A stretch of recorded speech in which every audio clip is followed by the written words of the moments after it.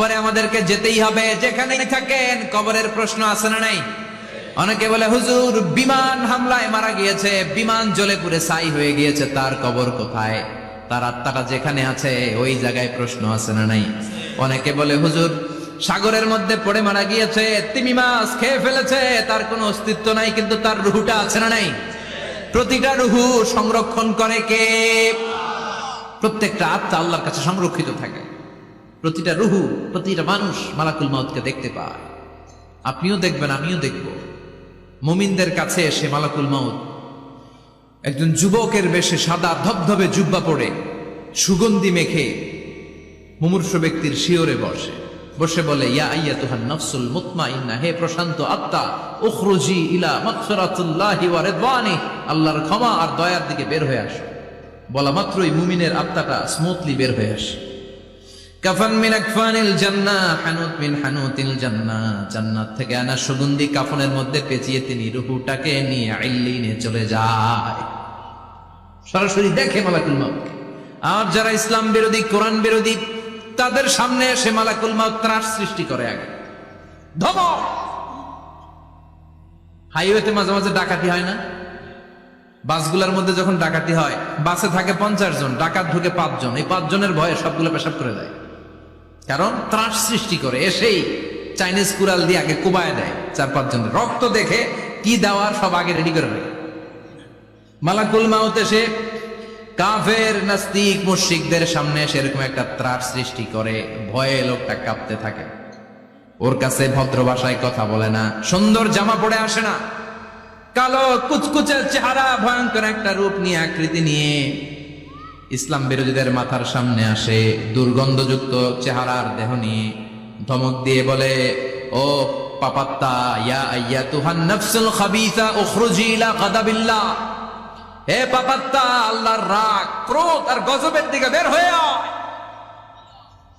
মুমিনের আত্মা বলার সাথে সাথে যেমনি মুমিনের দেহ থেকে বের হয়ে জান্নাতি কাফনের ভেতরে ঢুকে, কাফেরদের আত্মাও কি এরকম তাড়াতাড়ি বেরোতে চায় নাকি?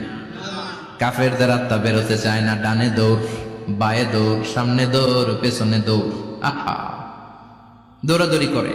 মালাকুল মাউত এটাকে টেনে হিচড়ে, একটা জীবিত ছাগলকে জবাই না করে তার চামড়া উল্টার দিকে টেনে হিচড়ে বের করলে ছাগলটা যত কষ্ট পায়, এর চেয়ে কমসে কম 70 গুণ বেশি কষ্ট দিয়ে কাফের মুশরিক আর গাদ্দারদের রূহ কবজ করা হয়।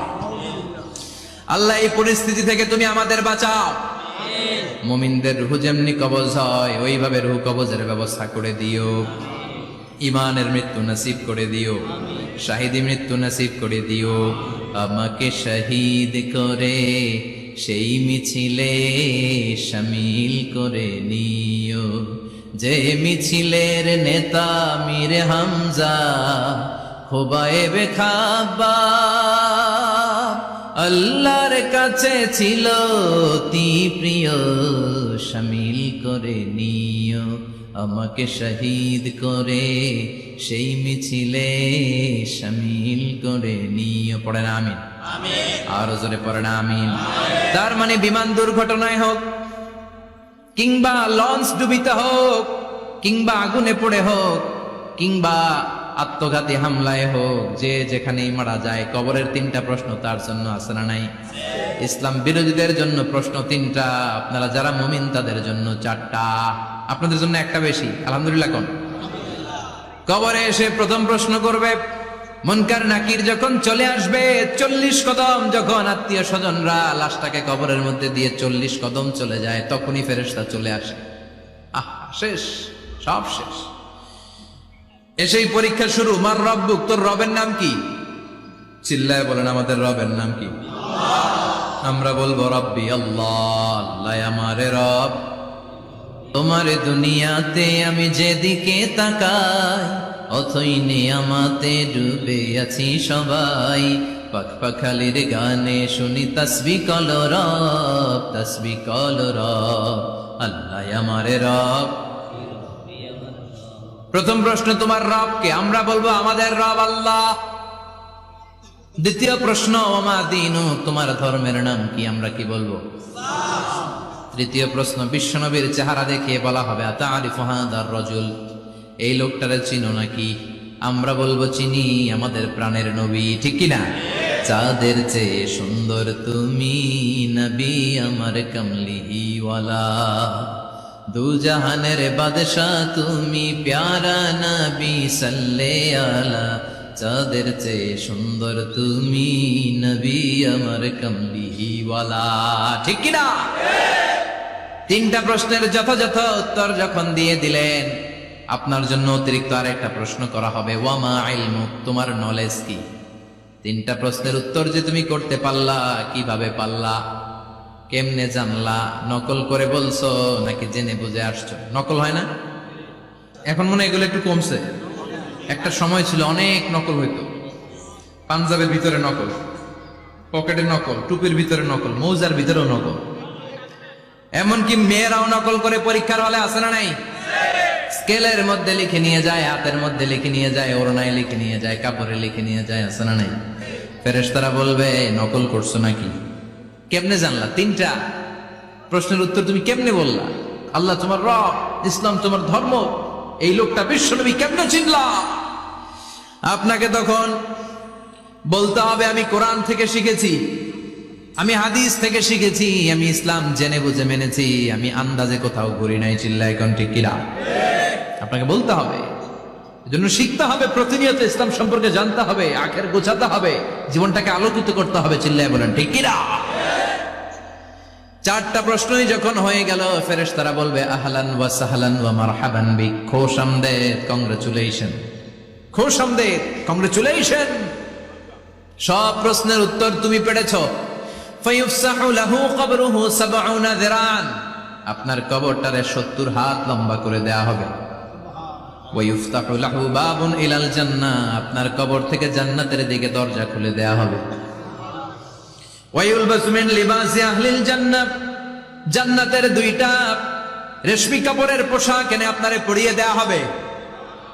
আর বলা হবে নাম কানাউমিল আরুস, ঘুমাও, sleep, you should get some sleep now, তোমাকে লম্বা সময় পাড়ে দিতে হবে, ঘুমাও। কানাউমিল আরুস, যেমনি বর বাসর রাতে আরামসে ঘুম দেয়, বাসর রাতে যেমনি বর কনেকে নিয়ে মধুর ঘুম দেয়, তুমিও ঘুমাও, কেউ তোমার ঘুম ভাঙবে না। কিয়ামতের জন্য ইসরাফিলের সিংহায় যে ফুৎকার আছে, ওই ফুৎকার ছাড়া কোনো কিছুই তোমার ঘুম ভাঙাতে পারবে না।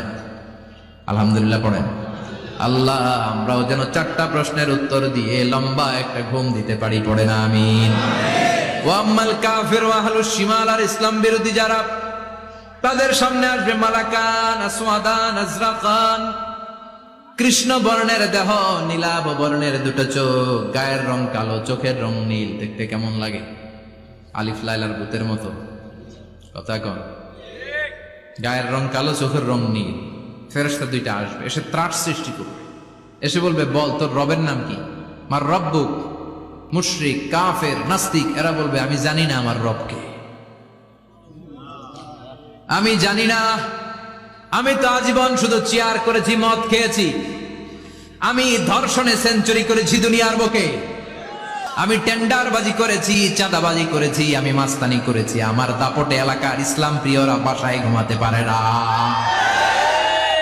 আমি ছিলাম টেন্ডারবাজ, আমি ছিলাম গডফাদার, সন্ত্রাসীদের লিডার, আমি ছিলাম ডন 1 2 3 সব, আমি ছিলাম ডনের ডন, আমি ছিলাম মাস্তান, রংবাজ, রব টপ কি আমি তো জানি না।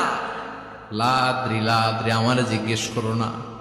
আবার প্রশ্ন করা হবে ওয়ামা দীনুক, তোর ধর্মের নাম কি? বলবে লা আদরি, আমার কোনো ধর্ম নাই, আমার কোনো ধর্ম নাই, আমি শুধু মৌজ মাস্তিতে ছিলাম, আমি আনন্দ ফুর্তি করেছি, ইসলাম নিয়ে আমার মাথা ব্যথা ছিল না, আজীবন ইসলামরে আমি বাস দিয়েছি। চিল্লায় বলেন ঠিক কিনা? ইসলাম বিরোধীদের সাথে ছিল আমার চলাফেরা, আমার সব সাঙ্গপাঙ্গ ছিল গুন্ডা বদমাশ, ইসলাম বিরোধী। রব কি, ইসলাম কি, এগুলো আমি জানি না, আমার এগুলো জিজ্ঞেস করো কেন? ধর্ম কি আমি জানি না, আমি কিচ্ছু মনে করতে পারছি না। 3 নম্বর প্রশ্ন করা হবে আতারিফু হাদার রাজুল, দেখো তো এই লোকটারে চিনো কিনা? কয় না, চিনি না, তবে মনে হয় এই লোকটারে দুনিয়ার বুকে আমি গালি দিতাম, এই লোকটার বিরোধিতা করতাম, ব্লগের মধ্যে এই লোকটার ব্যাপারে কুৎসা রটনা করতাম, এই লোকটার কার্টুন বানিয়ে আমি হিংসা ছড়িয়ে দিতাম, এই লোকটার ব্যাপারে আমি এলাকার মধ্যে অপপ্রচার চালাতাম। ফেরেশতারা বলবে তাই, এই ছিল তোর ডিউটি, দাঁড়া এখনই আমাদের খেলা শুরু, এখনই শুরু। ফায়ুতরাকু বিমাতারিকা মিন হাদিদ, লোহার একটা হাতুড়ি দিয়ে মাথা থেকে পা পর্যন্ত পিটানো হবে, পিটিয়ে ওর গোশতর হাড্ডিগুলোকে থেতলে ফেলা হবে। ওয়ায়ুকালু লিল আরদি ইলতাইমি, কবরের দুই পাশের মাটিরে বলা হবে এবার দুই দিক থেকে তোরা চাপ দে। চাপ দেয়া হবে, ধাক্কা ধাক্কি করেও সে সুবিধা করতে পারবে না। মাটি আস্তে আস্তে আস্তে আস্তে দেহের দুই দিকে লেগে এমন জোরে দুইটা চাপ দিবে, ফাতাখতালিফা আদলাউহু, তার ডান পাশের পাজরের হাড্ডি বাম দিকে ঢুকে যাবে, বাম দিকের হাড্ডি ডানে চলে যাবে। বিষ্ণুই বললেন এই হাতুড়ি দিয়ে পিটানোর শাস্তি, কবরের চাপ দেওয়ার শাস্তি চলতেই থাকবে হাত্তাল কিয়ামা, কিয়ামত পর্যন্ত। আল্লাহ কবরের শাস্তি থেকে আমাদের বাঁচাও। আমরা এই আযাব পেতে চাই না, আমরা যেন ঠিকভাবে কবরের 4টা প্রশ্নের উত্তর করে দিয়ে লম্বা ঘুম দিতে পারি। আল্লাহ তুমি তৌফিক দাও। এজন্য আল্লাহ বললেন, গোলাম দুনিয়া নিয়ে পাগল হয়ে থেকো না। এই দুনিয়ার জীবন আসল জীবন নয়, আসল জীবন হলো কবরের জীবন। জোরে বলেন ঠিক কিনা? এই জন্য মাঝে মাঝে কবরে যাবেন, কবরস্থানে দাঁড়িয়ে চিন্তা করবেন এই জায়গায় আমারও আসতে হবে। দিন যাবে, রাত আসবে, বৃষ্টি হবে, শীত আসবে, কেউ আমার দেখতে আসবে না। একা থাকতে হবে, একা, বড় একা, অন্ধকার, বড়ই অন্ধকার। ওই কবরের জীবনের সামান গোছানোর দরকার আছে না নাই? ওই কবরে সুখে শান্তিতে থাকতে চাইলে নামাজ পড়ার দরকার আছে না নাই? কোরআন পড়ার দরকার আছে না নাই? ছেলে মেয়েগুলোরে মানুষের মতো মানুষ করার দরকার আছে না নাই?